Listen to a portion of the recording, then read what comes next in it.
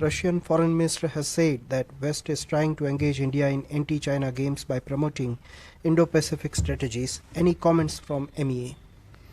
We have seen these comments of the Russian foreign minister, and these comments were part of his remarks during the general meeting of the Russian International Affairs Council on the 8th of December 2020. See, as you all know, India enjoys long-standing relations with Russia, characterized by a special and privileged strategic partnership. This year, in fact, marks the 20th anniversary of our strategic partnership with Russia. Our relations with Russia stand on their own merit, including in the sphere of military technical cooperation. You would also recall that PM had unequivocally outlined during his speech at the Shangri-La Dialogue in June 2018 that India does not see the Indo-Pacific region as a strategy or as a club of limited members or as a grouping that seeks to dominate. It is not directed against any country. It stands for a free, inclusive and open region. India has always pursued an independent foreign policy based on its national interest. India's relationship with each country is independent of its relations with third countries. Chinese Foreign Ministry in press briefing blamed India for LAC situation. How would you like to respond to that? On this set of questions, what I'll say is that our position has been very clear and it has been articulated several times in the past. The situation that we have seen since the last 6 months has been the result of the actions of the Chinese side, which has sought to effect a unilateral change in status along the line of actual control in eastern Ladakh. These actions are in violation of the bilateral agreements and protocols on ensuring peace and tranquility along the LAC in the India-China border areas.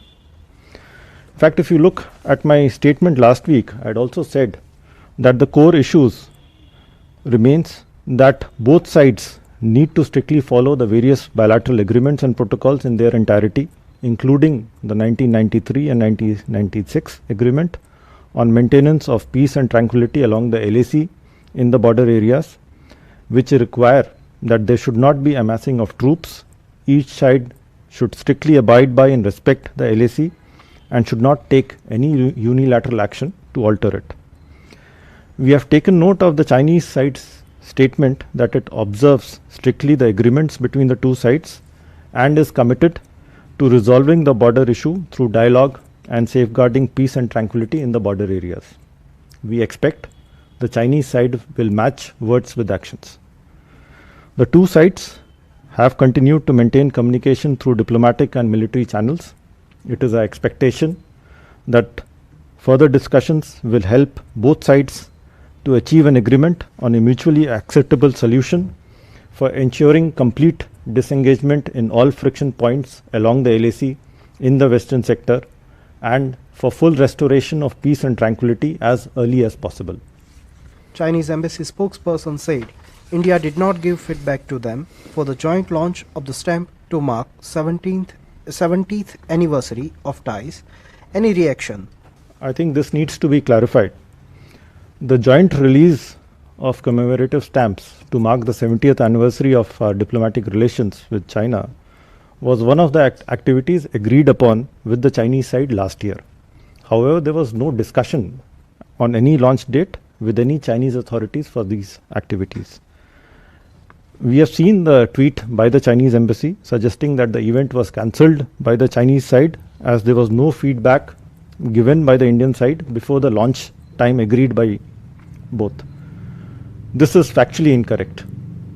Further, when the launch of the 70th anniversary celebrations itself has not taken place yet, the issue of going ahead with joint activities does not arise. Pakistan Prime Minister Imran Khan, quoting a report from EU Disinformation Lab, has accused India of indulging in subversive activities through fake media organizations.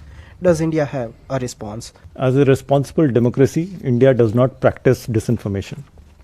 In fact, you're looking at disinformation. The best example is the country next door, which is circulating fictional and fabricated dossiers and purveys a regular stream of fake news. Disinformation is practiced particularly by those who have records to hide, such as sheltering international wanted terrorists, including Osama bin Laden, and who seek unsuccessfully to cover up their own tracks, such as on the 26/11 Mumbai attacks.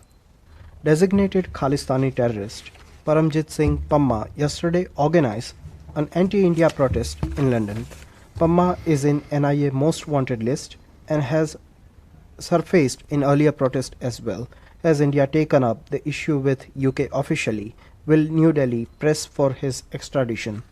So you would have seen that NIA has filed a charge sheet a couple of days back against 16 foreign-based Khalistanis in the referendum 2020 case. And this list includes the person that you mentioned. As of now, I understand further investigation is going on in this case as well as in earlier cases. Whatever action is required, that will be taken. How cooperative were the British security men during the demonstrations by Khalistanis in Birmingham? Was there any danger to the Indian mission? See, we are in constant touch with local authorities regarding the safety and security of our diplomatic premises. And this, as you know, is the responsibility of the host government. And regarding the protests in front of our High Commission in London and our consulate in Birmingham, UK authorities took necessary action to ensure the safety and security of our premises and our personnel. Sandeep Dixit from Tribune has asked, has the government made contact with President-elect Joe Biden's transition team? Sandeep and Suman, you would have seen the press release which was issued after the conversation that PM had with President-elect Mr. Biden, where it was conveyed that he looks forward to working with him to further strengthen India-US relations. Now, as you are aware, there is a consistent and strong bipartisan support in the US to strengthen its strategic partnership with India and to work together on addressing global challenges. We look forward to working with the next US administration once it assumes charge in January 2021. Recently, Pakistani media, quoting unnamed sources, said India planning false flag operations. Any reaction to it, since Pakistan has been saying this since Balakot surgical strikes? Well, I just told you that the best example of a country practicing disinformation is the country next door. Our position in this matter and facts on the ground are well known. I do not want to dignify such propaganda by responding to it. Is the Nepal foreign minister visiting India next week? Will India raise the MAP issue during the visit? Responding to a similar question, last week I had said that this invitation was extended on behalf of EM by FS during his visit to the Nepalese foreign minister.